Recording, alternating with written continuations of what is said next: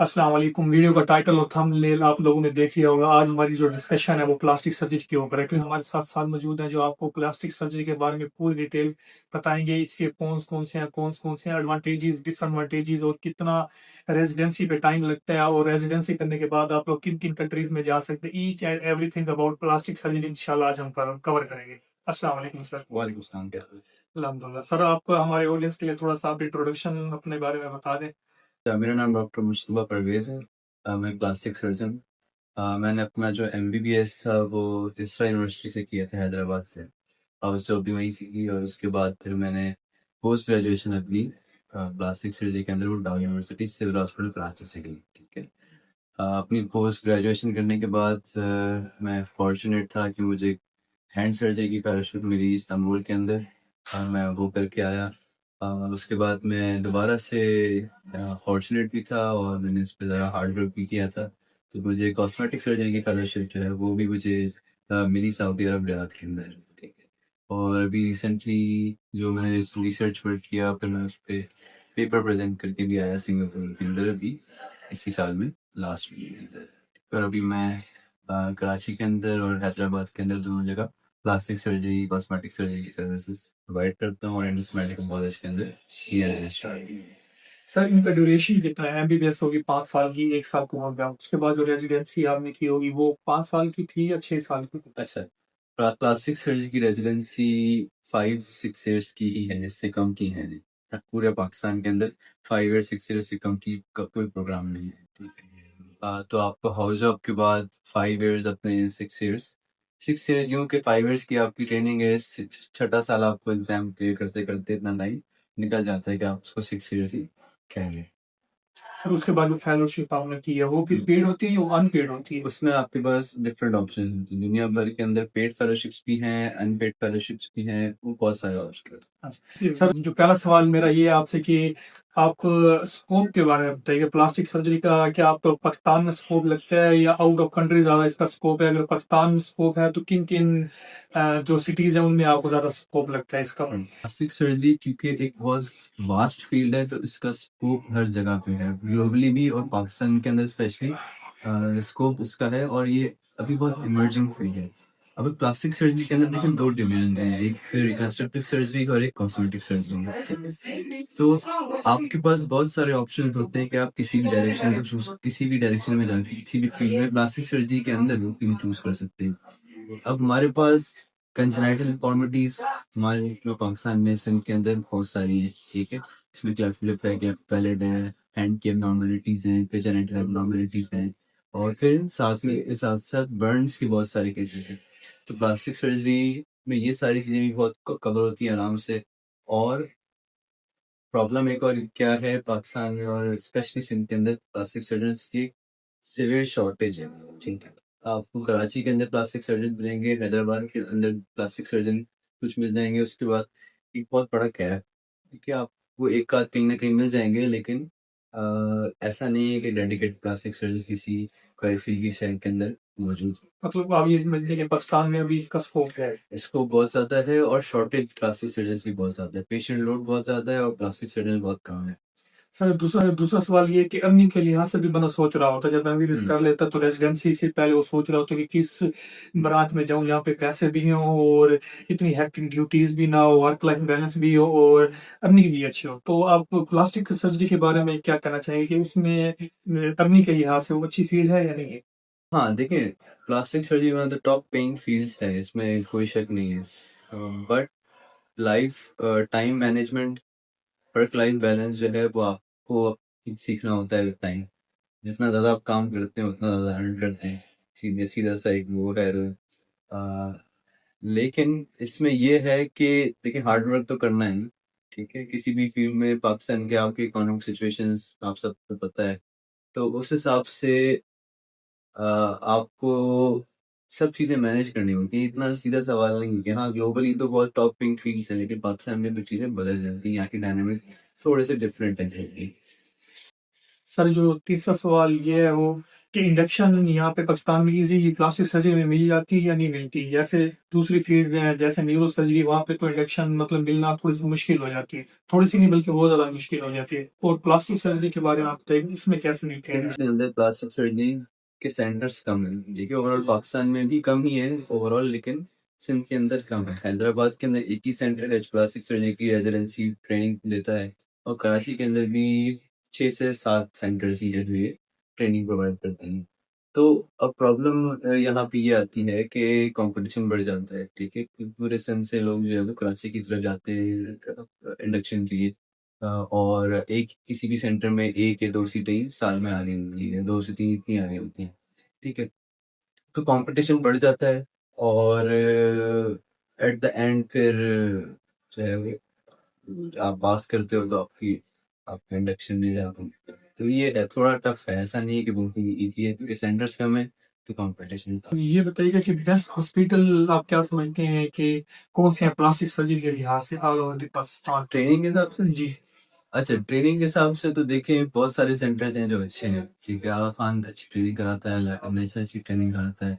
Civil hospital Karachi के अंदर बहुत अच्छी ट्रेनिंग होती है। ट्रॉमा सेंटर कराची के अंदर बहुत अच्छी ट्रेनिंग, ठीक है। और भी 2-3 सेंटर्स हैं कराची के अंदर जो अच्छी ट्रेनिंग प्रोवाइड कर रहे हैं। हैदराबाद में भी अच्छी ट्रेनिंग होती है। प्लास्टिक सर्जरी की ओवरऑल ट्रेनिंग अच्छी ही है। मतलब ये पंजाब वाली साइड पे या फेडरल वाली साइड पे वहाँ पे भी कोई अच्छे बिल्कुल इदारे हैं? बिल्कुल, लाहौर के अंदर जिन्ना हॉस्पिटल बहुत अच्छी ट्रेनिंग करा रहा है, व्योम हॉस्पिटल है। फिर इस्लामाबाद के अंदर आपको विम्स मिलेगा, और पिंडी के अंदर शिफा हॉस्पिटल है। इन सबकी ट्रेनिंग बहुत अच्छी है। एक और सवाल जो मेरा है वो, आप किन लोगों को एडवाइस करेंगे कि वो इस फील्ड की तरफ जाएं, प्लास्टिक सर्जरी की तरफ, और किन लोगों को आप रोकेंगे कि वो कभी भी इस फील्ड की तरफ ना आए? अच्छा, जिन लोगों का सर्जरी की तरफ शौक ज़्यादा है, वो तो इस चीज़ की तरफ सोच सकते हैं कि प्लास्टिक सर्जरी में आएँ, ठीक है। कौन से प्लास्टिक सर्जन्स बहुत ज़्यादा इस चीज़ में एक्सेल करते हैं, जिसमें जिन लोगों में थोड़ी-सी जो है वो एक आर्टिस्टिक माइंड जिनका होता है शुरू से ही ना, किसी को पेंटिंग का शौक है, किसी को स्कल्पटिंग का शौक है, किसी को ड्राइंग का शौक है, तो वो इस प्लास्टिक सर्जरी की डायनामिक्स को इजीली पिक कर लेते हैं। किन लोगों को नहीं जाना चाहिए, ये तो जिन लोगों को शौक नहीं है उन लोगों को नहीं जाना चाहिए, लेकिन अक्सर प्लास्टिक सर्जरी में वही लोग आते हैं जिनको शौक होता है। गर्ल्स के लिहाज से बताइएगा, क्या आप क्या समझते हैं कि प्लास्टिक सर्जरी गर्ल्स के लिए भी अफेक्टेड है कि अगर वो इस फील्ड में जाए तो उनका स्कोप है आगे? गर्ल्स लड़कियों के लिए? जी। अच्छा, अच्छा। बिल्कुल, बिल्कुल, ये आपने अच्छा ना एक टॉपिक छेड़ दिया। देखिए फीमेल प्लास्टिक सर्जन्स की हमारी सोसाइटी के अंदर डिमांड है, ठीक है? Specially female genital plastic surgery और ब्रेस्ट सर्जरीज़ में एक गैप है जो कि फीमेल प्लास्टिक सर्जरीज़ फिल करती हैं, और स्पेशली देखा जाए तो फीमेल प्लास्टिक सर्जन्स मेरे ख्याल से ज़्यादा है पाकिस्तान के अंदर as compare to male plastic surgeons, क्योंकि जितने भी नई ट्रेनीज़ या रेज़िडेंट्स हैं वो भी सारे फीमेल्स ही हैं। तो एक गैप मार्केट के अंदर एक डिमांड है सोसाइटी की फीमेल प्लास्टिक सर्जरी की, जो कि फीमेल्स ने ही पूरा करना।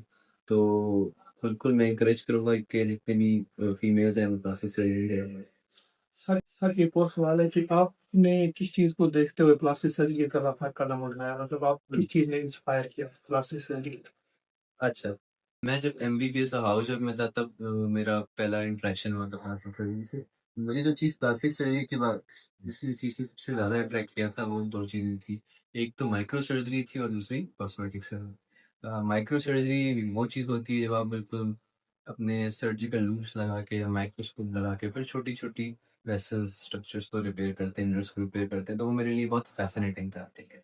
दूसरी चीज़ ये है कि मेरा शुरू से थोड़ा-सा एक आर्टिस्टिक एक बैकग्राउंड था, शौक भी था ड्राइंग्स का, स्कल्पटिंग का, तो मैंने थोड़ा-सा कॉस्मेटिक सर्जन की तरफ भी एक माइंड था। तो ये 2 चीज़ें थी जो शुरू से ही मैं चाहता था कि जो मैं इस चीज़ के अंदर आगे बढ़ूँ। सर ये डिमांड के बारे में आपने अभी पहले भी बताया, तो आप क्या समझते हैं पाकिस्तान से जितने प्लास्टिक सर्जरी की हुई है, इसकी वर्ल्ड वाइड डिमांड है या नहीं है? अगर वर्ल्ड वाइड डिमांड है तो क्या उसको टेस्ट देने पड़ते हैं बाहर जाके, हुँ। या ऐसे ही वो रिकॉग्नाइज्ड हो जाती है बगैर टेस्ट? अच्छा, नहीं देखें, डिपेंड कौन-सी कंट्री के आप अंदर जा रहे हैं, लेकिन मोस्टली जिस भी कंट्री के अंदर आप जाएँगे वहाँ का लाइसेंसिंग एग्ज़ाम्स तो आपने देना है। अगर आप यूएस जाते हैं तो आपको एमएलई देना है, यूके जाते हैं तो आपको इनका जो फ्लैग है या एमआरसीएस उस पाथवे के थ्रू जाओ। अगर आप गल्फ की तरफ जाते हैं तो आपने सिर्फ़ गल्फ का लाइसेंसिंग एग्ज़ाम देना है, कोई दोबारा से उसके अलावा कोई एग्जाम नहीं है। हर कंट्री का लाइसेंसिंग एग्जाम तो आपने देना है, लेकिन जॉब अपॉर्चुनिटी जो है वो गल्फ के अंदर है प्लास्टिक सर्जरी की। बहुत सारी कंट्रीज है जिनके अंदर हॉस्पिटल्स हैं, प्लास्टिक सर्जन की शॉर्टेज है। न्यू हॉस्पिटल्स के अंदर बहुत रैपिडली बन रहे हैं, तो वहाँ पर उनकी डिमांड आती ही रहती है कि भाई यहाँ पे हॉस्पिटल बन गया तो। और यूजली पाकिस्तानी सर्जन्स बहुत अच्छा काम कर रहे हैं गल्फ के अंदर, कि वो बहुत हाईली स्किल्ड होते हैं, तो इजीली सेट भी हो जाते हैं और बहुत रिस्पेक्ट भी मिलती है। सर पे के लिहाज से बताइएगा कि आपको क्या लगता है कि वो जो गल्फ में जाके अगर पाकिस्तानी सर्जन जो प्लास्टिक सर्जरी में अगर जाके काम करता है तो उसको ऑलमोस्ट कितनी पे मिल जाती है, क्योंकि ये भी एक फैक्टर होता है कि इंसान के जहन में कि आप पे के लिहाज से आगे मैं अगर जाऊँ किस कंट्री में जाऊँ और कहाँ पे मुझे अच्छी पे मिलेगी। अच्छा, अभी अनफॉर्चुनेटली कुछ पाकिस्तानीज़ के साथ क्या प्रॉब्लम हुआ है गल्फ के अंदर कि हमें वो बिल्कुल कंसल्टेंट पे की पोस्ट पे अब नहीं रख रहे। बहुत रेयर सिचुएशंस हैं इस पे कि जिस पे आप एज अ कंसल्टेंट मान लेते हैं, वहाँ पे लेकिन 2-3 पोस्टें आपको मिल सकती हैं। कंसल्टेंट की इससे नीचे असिस्टेंट कंसल्टेंट और उसके नीचे फिर स्टाफ फिजिशियन। ठीक है, यूजुअली अभी जो जॉब आप ऑफर आ रही है वो स्टाफ फिजिशियन की या असिस्टेंट कंसल्टेंट की आ रही है। आज से 5-10 साल पहले इस तरह से आज से 5-10 साल पहले इस तरह से नहीं था, कंसल्टेंट की पोस्ट भी पाकिस्तान में लोगों को मिल जाती है। अब सिर्फ स्टाफ फिजिशियन की और असिस्टेंट कंसल्टेंट पे ही आपको रख रहे होते हैं। कंसल्टेंट की पोस्ट वो कोई फॉरेन ट्रेनर हो तो उसको उसको दे रहे होते हैं। ठीक है, तो कहने का मतलब ये कि स्टाफ फिजिशियन की पे अराउंड आपको होती है 15 से 20,000 रियाल। असिस्टेंट असिस्टेंट कंसल्टेंट की थोड़ी सी और बढ़ा लें, 25-30,000 रियाल। ठीक है, और कंसल्टेंट की पोस्ट होती है 35-40 और 60-70,000 रियाल तक वो जाती है। सर उधर पे काम करने से वो आप कंसल्टेंट लेवल तक चले जाते हैं या वहीं पे ही रहते हैं जिस लेवल को वो आपको रखते हैं। आप बढ़ सकते हैं, लेकिन अब वो चीज़ें थोड़ी सी मुश्किल हो रही हैं डे बाय डे। लोग क्या करते हैं कि गल्फ के अंदर एज असिस्टेंट कंसल्टेंट जाते हैं और फॉरेन MRCS या MLE दे के वो पास करते हैं, और फिर 1 साल की फेलोशिप कहीं से की और फिर दोबारा से गल्फ के अंदर एज अ कंसल्टेंट आ। सर इस तरह होता है, मतलब एफसीपीएस यहाँ से करके गए फिर एमएल क्लियर की, तो एमएल के बाद वो हमारी रेजिडेंसी जो होती है एफसीपीएस वो वहाँ पे रिकॉग्नाइज्ड है, वो उसको मानते हैं। अगर आपके पास यहाँ की डिग्री है और आपने MLE कर लिया तो आपको वहाँ पे पोस्ट फेलोशिप्स मिल सकती है कि किसी भी हैंड सर्जरी के अंदर या माइक्रो सर्जरी के अंदर आप 1 या 2 साल गुजारें। 1-2 साल गुजारने के बाद फिर बंदा ग्रोथ में आए, फिर अगर कर पास फिर आप कंसल्टेंट लेवल पे काम में। फिर आप कंसल्टेंट। सर ट्रेनिंग के बारे में बताइएगा कि जब आप ट्रेनिंग कर रहे थे तो वो एक हेक्टिक ड्यूटीज होती हैं प्लास्टिक सर्जरी में भी, या उसमें थोड़ा सा वर्क लाइफ बैलेंस होता है ड्यूटीज के दौरान जो आप ट्रेनिंग में थे उस वक्त? अच्छा, ये कम्प्लीटली डिपेंड करता है कि आप ट्रेनिंग में कर रहे हैं, ठीक है, कि कितना उस जगह पे काम है। यूजुअली प्लास्टिक सर्जरी की जहाँ पे ट्रेनिंग हो रही है, मैंने टाओ से की थी, रॉयल यूनिवर्सिटी से, सिविल हॉस्पिटल कराची से, तो वहाँ पे आगा खान में, लियाकत नेशनल के अंदर, इनके अंदर वर्कलोड बहुत ज़्यादा है। ठीक है, तो अब रेजिडेंसी के अंदर आपको कमिट करना पड़ता है अपनी फील्ड के साथ, और थोड़ी सी जो है वो वर्क लाइफ बैलेंस आपकी डिस्टर्ब मिलती है 100%, जिसको आप नहीं मेंटेन कर सकते रेजिडेंसी में, क्योंकि आपकी 30-36 आवर्स की कॉल होती हैं एवरी 4 डे 5 डे। ठीक है, तो हफ्ते में 2-3 दिन तो आपके वैसे ही जो है वो समझे आपके हफ्ते से गायब हो जाते हैं। ठीक है, आपकी लाइफ से। ठीक है, तो आप जैसे कॉल से आते हैं, मुझे आपका पूरा दिन जो है वो थक में जाता है, तो हेक्टिक है। ठीक है, और रेजिडेंसी के अंदर आप सुबह 9 बजे 8 बजे जाते हैं, तो अगर आपने पूरा दिन, जिस दिन आपकी कॉल होती है, आपने पूरा दिन पेशेंट्स देखना होता है, OPDs हैं, वार्ड्स हैं, थिएटर्स हैं, सर्जरीज हैं, इमरजेंसी भी उसके अंदर है, और फिर आप अगले दिन 2 बजे 4 बजे 6 बजे फिर घर जाते हैं। अक्सर ऐसे भी होते हैं कि आपको 40-40 50-50 घंटे भी जो है वो हॉस्पिटल के अंदर गुजारने पड़ते हैं। सर ये पेड होती है रेजिडेंसी या अनपेड भी कहीं पे मिल जाती है? जगहों पे पेड़ है। ठीक है, अ, कुछ जगहें हैं, एक आदमी होंगे जहाँ पे प्लास्टिक सर्जरी की रेजिडेंसी है। सर पेड में कितनी देती है फिर पैसे? अच्छा, ये तो हॉस्पिटल टू हॉस्पिटल डिपेंड है। ठीक है, ये पे रेंज करती है अराउंड 1 लाख से लेके 2 लाख इसके। ठीक है, सर जैसे आप बता रहे हैं कि यहाँ की जो डिग्री है मतलब प्लास्टिक सर्जरी की वो बहुत अच्छी है, लेकिन ये बहुत वाले फिर हमारी डिग्री को क्यों नहीं मानते? वो हमें असिस्टेंट पे क्यों रखते हैं, कंसल्टेंट लेवल पे क्यों नहीं जाने देते? ये गल्फ की अपनी पॉलिसी है। वो अपने हॉस्पिटल्स को अच्छे स्टैंडर्ड पे लेके जाना चाह रहे हैं। तो वो ऑब्वियसली पाकिस्तान की डिग्री नंबर वन तो नहीं कंसिडर की जाती। वो गल्फ की नज़र में यूएस की डिग्री, यूके की डिग्री, कनाडा की डिग्री वो उनके लिए नंबर वन। तो वो अपने कंसल्टेंट को नंबर वन की रखना चाहते हैं। तो ये उनकी पॉलिसी मेकिंग है। सर अब आप फेलोशिप सऊदी अरब से कर रहे हैं, कर ली मैंने खत्म। वो आपने 1 साल की थी? वो मेरी थी 3 months की। वो सर पेड थी अनपेड थी? वो 100 इसमें ये होता है कि 3 तरह की मैंने आपको बताई थी कि फेलोशिप्स हो सकती है। वो उनकी ड्यूरेशन वेरी करती है। 3 months की भी होती है, 6 महीने की भी, साल की भी, 2 साल की। ठीक है, उसमें या तो आप खुद पे करके जाते हैं या आपको जो बुला रहा है वो पे करता है, या तीसरी कंडीशन में ना आप पे करते हैं ना वो पे करते हैं। ठीक है, आप बस जाते हैं, आपने अपना टिकट पे करना होता है और कभी कभार आपको अकोमोडेशन भी वहीं से प्रोवाइड हो जाता है। सर ये इजी था वहाँ पे फेलोशिप लेना, ये थोड़ा सा टफ था नहीं वहाँ? नहीं, मुझे इसके लिए 1 डेढ़ साल मेहनत करनी पड़ी, मेंबरशिप्स करानी पड़ी, रिकमेंडेशंस देनी पड़ी। उसके बाद ऑब्वियसली एक कंपटीशन था दुनिया भर से, क्योंकि ये फेलोशिप सिर्फ पाकिस्तान के लिए नहीं थी, ये ग्लोबल फेलोशिप थी। दुनिया भर से लोगों ने अप्लाई किया हुआ था। 56 कंट्रीज के अंदर ये फेलोशिप ऑफर हुई थी। और साल के आई एम सॉरी 18 कंट्रीज के अंदर ये फेलोशिप ऑफर हो रही थी। और वो सिर्फ 56 फेलोज को लेते थे साल भर के अंदर। दुनिया से इतने लोग थे जहाँ पर आपको कम्पीट करना। तो सर आपने सिर्फ सऊदी अरब को ही सिलेक्ट किया था या किसी और कंट्री में भी आप काम कर रहे थे? नहीं, वो मुझे उनकी तरफ से सऊदी अरब का ऑफर हुआ था। ठीक है, मैंने अप्लाई 3-4 जगहों पे किया था, लेकिन उन्होंने कहा कि अभी आपको यहाँ पोस्ट कर।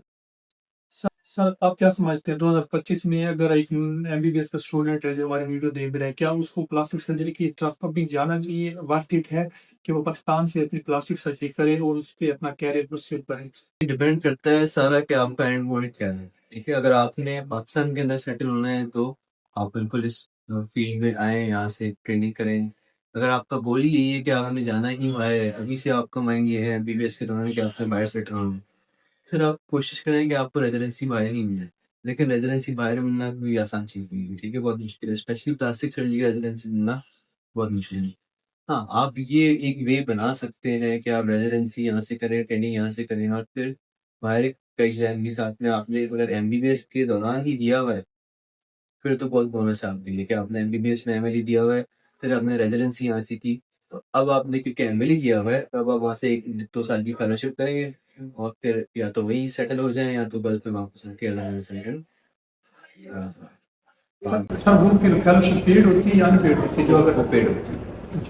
एडवाइस क्या देना चाहिए उन बच्चों को जो इस टाइम प्लास्टिक सर्जरी के बारे में सोच रहे हैं कि हमने अपना कैरियर प्लास्टिक सर्जरी में करना है, तो अब क्या एडवाइस देना चाहिए? अच्छा, मेरा एडवाइस ये है कि किसी के साथ अटैच हो, ऑब्जर्वेशन किसी के साथ करें 1-2 महीना, किसी एक के साथ नहीं, किसी 3-4 प्लास्टिक सर्जनों के साथ देखें कि वो किस तरह से काम कर रहे हैं, वो अपनी लाइफ में किस जगह पे है, वो अपनी लाइफ से सेटिस्फाइड है, अपने वर्क लाइफ बैलेंस से सेटिस्फाइड है नहीं, उनको क्या प्रॉब्लम आ रही है। ठीक है, तो थोड़ा सा अगर आप प्लास्टिक सर्जरी की तरफ आ रहे हैं तो प्लास्टिक सर्जन की लाइफ अगर देखेंगे तो एक ही जैसी होती है, सबकी 10-15 डायरेक्शन में लाइफ जानी होती है। तो आपको पता होगा कि भाई आपका फ्यूचर किस तरह का हो सकता है। ठीक है, उसके बाद देखेंगे आपने आपका लाइफ का गोल क्या है एंड आपने क्या अचीव करना है, फिर ये सब सोच समझ के फिर जो इस फील्ड की तरफ है। सर आपको अपनी ओपीनियन में मोस्टली कौन से पेशेंट बहुत ज्यादा कॉमनली देखते हैं? अच्छा, मेरे पास बहुत मिक्सचर ऑफ पेशेंट्स आते हैं, जिसमें हैंड सर्जरी के पेशेंट्स भी आ रहे होते हैं, उसके अंदर रिकंस्ट्रक्टिव सर्जरी के पेशेंट्स भी आ रहे होते हैं, रैनोप्लास्टी के लिए भी आ रहे होते हैं, ऑर्थोप्लास्टी के लिए भी आ रहे होते हैं, कॉस्मेटिक सर्जरीज के पेशेंट भी जो है वो आ रहे होते हैं। तो एक बहुत मिक्स्ड प्लास्टिक सर्जरी वैरायटी हुई है। सर इस तरह नहीं होता जैसे हमने सुना है कि जो सर्जन होता है वो अपने बहुत ही लेट में जाके अर्निंग करा करता है, क्योंकि डायरेक्ट उसको जैसे अगर यंग भी प्लास्टिक सर्जन है तो उसके पास जो पेशेंट होता है वो जल्दी जल्दी एतमाद भी नहीं करता कि ये अभी यंग है, मैं इसे अपनी सर्जरी वगैरह नहीं करवाता। तो प्लास्टिक सर्जरी में भी ऐसे है कि लोग इस चीज से कतराते हैं कि ये यंग। ये तो देखिए हर के अंदर है, ये हर फील्ड के अंदर है ये चीज़। आप हम ये इस चीज से हमारे बड़े भी गुजरे हैं और हमें इस चीज से गुजरना है। ठीक है, इस चीज का कोई बाईपास नहीं है, इससे कोई शॉर्टकट नहीं है, इससे सबने गुजरना है। लेकिन अगर आप थोड़ा सा स्ट्रेटेजाइज करके चीज़ों को चलें तो आपके लिए चीज़ें जल्दी हो सकती हैं, आसान हो सकती हैं। वो कैसे कि लेट्स सपोज कि आप अपने जिस शहर के अंदर काम कर रहे हैं वहाँ प्लास्टिक सर्जन नहीं है, लेट्स सपोज, ठीक है, और वहाँ पे डिमांड बहुत ज़्यादा है और वहाँ से लोग किसी दूसरे शहर जा रहे हैं प्लास्टिक सर्जरी कराने के लिए, और आपने अच्छी जगह से ट्रेनिंग ली है और आप कॉम्पिटेंट हैं और आप वहाँ पे जाके अपने आप को अच्छा मार्केट करते हैं, तो पेशेंट ऑटोमेटिकली आपके पास खुद ही आएंगे, क्योंकि किसी पेशेंट को नहीं पसंद कि वो किसी दूसरे शहर जाके अपनी ट्रीटमेंट कराए। हर किसी को अपने शहर में ट्रीटमेंट चाहिए। ठीक है, अगर आप इस तरह से करते हैं तो फिर ऑब्वियसली आपके पास पेशेंट ट्रस्ट भी करेगा कि आप अच्छी जगह से ट्रेन। सर तो आप अकेले करते हैं या आपके साथ कोई और भी प्लास्टिक सर्जन होता है जब आपकी ऑपरेशन वगैरह करते हैं? यूजली अगर नीड पड़ती है तो टीम बन जाती है, स्पेशली अगर कोई बड़े केसेस होते हैं तो उसमें अपने साथ होते हैं पुलिस को इन्वॉल्व कर लेता हूँ। कभी कभार मेरे पास नीड नहीं होती तो एकदम खुद ही कर रहा होता हूँ। अक्सर जो है वो स्टूडेंट्स आ रहे होते हैं, रेजिडेंट्स दूसरे हॉस्पिटल से आते हैं जो कि वो ऑब्जर्वेशन के लिए आते हैं, ऑब्जर्व करने के लिए आते हैं सर्विस इनको उनको लगता है। सर आप हम आपकी स्टोरीज वगैरह देखते हैं, आप ऑलमोस्ट पूरी दुनिया आप घूमते हैं। कभी आप सऊदी अरब होते हैं, कभी आप सिंगापुर होते हैं। तो ये ट्रैवल आप मतलब एजुकेशन की बेस पे करते हैं और ये स्पॉन्सर्ड होते हैं या अनस्पॉन्सर्ड होते हैं? क्योंकि हम जब देखते हैं ना ये लाइफ के मतलब जो हमारे सीनियर हैं सारे हैं, जैसे आप हैं, आप घूम रहे हैं, तो हमारे दिल में भी ये चीज होती है कि यार हम भी कभी ऐसे घूमेंगे। तो हमें इसके बारे में बताइएगा कि आप जब घूमते हैं तो इसमें एजुकेशन के लिहाज से आप घूम रहे होते हैं, स्पॉन्सर्ड होते हैं या अनस्पॉन्सर्ड होते हैं? इस सारा एजुकेशन ही होता है।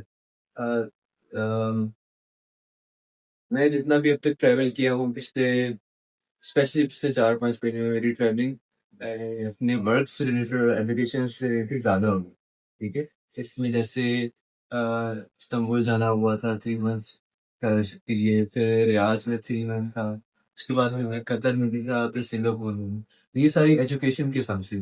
कभी कभार ये ट्रिप स्पॉन्सर्ड होती हैं, कभी कभार ये आपने खुद अपने इसको आप इन्वेस्टमेंट करनी है, सारी बेसिकली इन्वेस्टमेंट की है ना जो आप अपने ऊपर कर रहे हैं। ठीक है, आपको लेटर लाइफ इसका रिटर्न मिल जाएगा। सर इस्तांबुल से जो आपने की थी वो भी अनपेड थी? हाँ, वो भी अनपेड थी लेकिन मुझे कुछ पे नहीं करना पड़ता।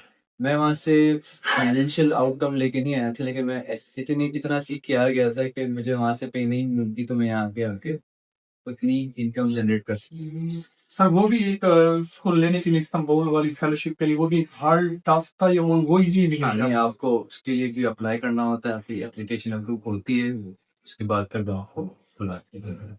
सर अब प्लास्टिक सर्जरी के बारे में फोन के बारे में अगर कुछ बताना चाहें तो? प्लास्टिक सर्जरी के प्रोज एंड कॉन्स। अच्छा, कॉन्स प्रोज तो बहुत सारे। कॉन्स अगर हम जरा सोचें तो लॉन्ग सर्जरीज होती है इसके अंदर। ठीक है, अक्सर अगर आपने किसी की रिकंस्ट्रक्शन करनी है और अच्छी खासी रिकंस्ट्रक्शन है तो 8 घंटे की सर्जरी भी लग सकती है, तो उसकी बात है, उसको फॉलो अप है। प्रोज बहुत सारे हैं। अच्छी सर्जरी है, फाइन सर्जरी है, आपको मज़ा आता है काम करने के अंदर। और जो है ये है कि आपको जनरली एक सेटिस्फाइंग फील है। ठीक है? बस ये है कि कभी कभार लॉन्ग सर्जरीज होती हैं तो उसमें आप फ्रस्ट्रेट होते हो कि ये 8 घंटे आपको देने। बाकी वैसे भी कोई पॉइंट तो मेरे जी। सर गवर्नमेंट जॉब्स के बारे में बताइएगा कि इस प्लास्टिक सर्जरी में गवर्नमेंट जॉब्स इजीली मिल जाती हैं या इसमें भी थोड़ा सा कंपटीशन है पाकिस्तान के अंदर है? कंपटीशन तो है और कंपटीशन बढ़ रहा है, क्योंकि गवर्नमेंट हॉस्पिटल्स हमारे पास लिमिटेड हैं, टीचिंग हॉस्पिटल्स उसमें और लिमिटेड हैं, तो पोस्ट जो आती हैं वो लिमिटेड है। लेकिन गैप इसीलिए ज़्यादा भी है कि हमारे पास फैकल्टी, जो टीचिंग फैकल्टी प्लास्टिक सर्जरी के अंदर है वो भी कम है। हमारे पास गिनती के जो है वो प्रोफेसर थे प्लास्टिक सर्जरी के सिर्फ के अंदर। ठीक है, तो एक बहुत बड़ा गैप है एसोसिएट प्रोफेसर का, असिस्टेंट प्रोफेसर का। सर आखिरी सवाल जो मेरा है वो, अगर आपके पास अभी टाइम हो, अगर आपने भी जस्ट फर्स्ट ईयर अगर एमबीबीएस फ्रेश ग्रेजुएट हुए हैं तो आप अभी भी प्लास्टिक सर्जरी को ही चूज करेंगे या सर्जरी की किसी और ब्रांच को चूज करेंगे? अगर मुझे ऑप्शन दिए थे मैं बिल्कुल दोबारा से प्लास्टिक सर्जरी का चूज करूंगा। हाँ, ये आप सवाल पूछ सकते हैं कि पाकिस्तान में सेटल होने का नहीं, कहीं बाहर सेटल होने का, उस पे होता जा सकता है कि किधर सेटल होना चाहता है। फील्ड मैं यही चूज करूँगा। सर आखिर में कोई अगर आप एडवाइस देना है हमारे बस ये है कि जिस फील्ड को भी आप चूज करें सोच समझ के चूज करें और उसमें फिर 100% कमिटमेंट शो करें। ठीक है, आप ऐसा नहीं कि कोई भी इजी बात है आपको हो सकता है इस तरह की ट्रेनिंग की जगह मिले जहाँ पे आपको अच्छी ट्रेनिंग ना मिल रही है, ये भी बहुत पॉसिबिलिटीज हैं। तो आपने अपने रास्ते खुद बनाने होते हैं, फिर आपने आउट ऑफ द वे जाके out of the box think करके सीखना होता है। आपको सीखने के लिए खुद आगे बढ़ना होता है, ये ना एक्सपेक्ट करें कि कोई खुद आके आपको बार बार सिखाएगा। अगर आपको सुपरवाइजर बहुत अच्छे हैं तो वो आपको सिखाएंगे, लेकिन 100% जरूरी नहीं है कि ऐसा हो सकता है आपके सुपरवाइजर इतने बिजी हो गए वो आपको टाइम नहीं दे, तो आपको आउट ऑफ द वे जाके एक्स्ट्रा टाइम लगा के हार्ड वर्क करके वो चीज़ सीखनी है। रेजिडेंसी का जो टाइम है वो बहुत एक जो है वो गोल्डन टाइम है। अगर आपने उस टाइम के अंदर चीज़ें नहीं लर्न की और आपने वो 5-6 साल का ऐसा टाइम होता है जो आपको चीज़ें लर्न करना आसान होती है। ठीक है, आपके लेट 20s के अंदर होते हैं, अर्ली 30s के अंदर होते हैं, उस टाइम पे आप चीज़ें आराम से पिक कर लेते हैं, सीख लेते हैं। अगर आपने ये टाइम घूमने फिरने में निकाल दिया तो फिर आपको बाद में बहुत प्रॉब्लम होती है चीज़ें को सीखने में, और फिर पेशेंट भी आपके पास नहीं रहता है, क्योंकि पेशेंट्स देख लेते हैं कि ये डॉक्टर हमें कोई चीज़ बता रहा है ये खुद कर भी सकता है या नहीं कर सकता है, ये सब बोल रहे हैं। ठीक है, तो ये टाइम है आपका मेहनत करने का, इसमें एक कर लें तो इंशाल्लाह आपके लिए बाद में इसका अच्छा आउटकम। थैंक यू सर आपने कीमती टाइम दिए थैंक यू।